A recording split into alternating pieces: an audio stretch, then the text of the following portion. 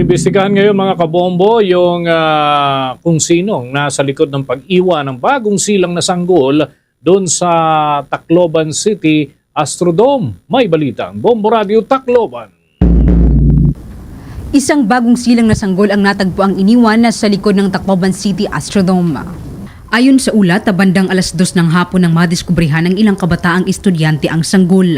Naglalaro ang mga ito malapit sa playground sa labas ng Astrodome at pauwi na sana nang mapansin ng isang malaking asul na bag na nakalapag sa lupa. Nang kanilang silipin na tumambad ang isang bagong silang na sanggol na nakasuot lamang ng lampina at nakalagay sa loob ng bag.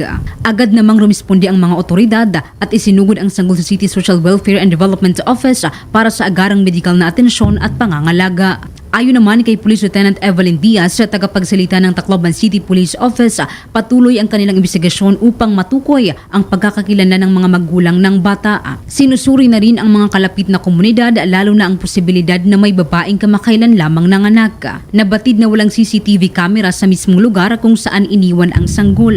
Pinaniniwalaan namang inilagay ito sa bahaging madaling mapansin upang agad na masagip. Sa ngayon, nasa maayos na kalagayan at ligtas na ang sanggol sa pangangalaga ng mga social worker habang nagpapatuloy ang investigasyon. Mga elementary student po ito, nagpunta po ito doon sa park, sa Astrodome. Nakita nila itong payong doon. Nilapitan yung payong, tapos may doon sa bag na tinatabungan ng payong. Ang lapitan nila is bata pala, baby ito. Doon sa Astrodome, meron namang naka-duty tayong mga tourist police. Tinawag nila yung atensyon ng ating mga kapulisan. Kaya kinuha itong bata doon. Tapos tinawagan din yung Women and Children's Protection Desk ng Police Station 1 natin na nasa San Jose. Inasikaso itong bata na ma-turn over sa CSWD.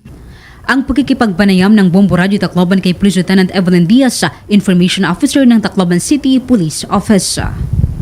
At yan ang ulat mula dito sa impila ng Bombo Radio Tacloban. Ito si Bombo Sheila Encio. And this is Bombo Radio Philippines, the number one and most trusted source of news and information. Basta Radio, Bombo.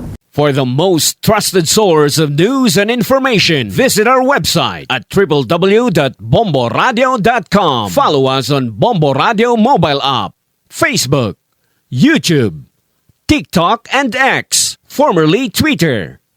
Like, share, and stay connected. Anytime, anywhere.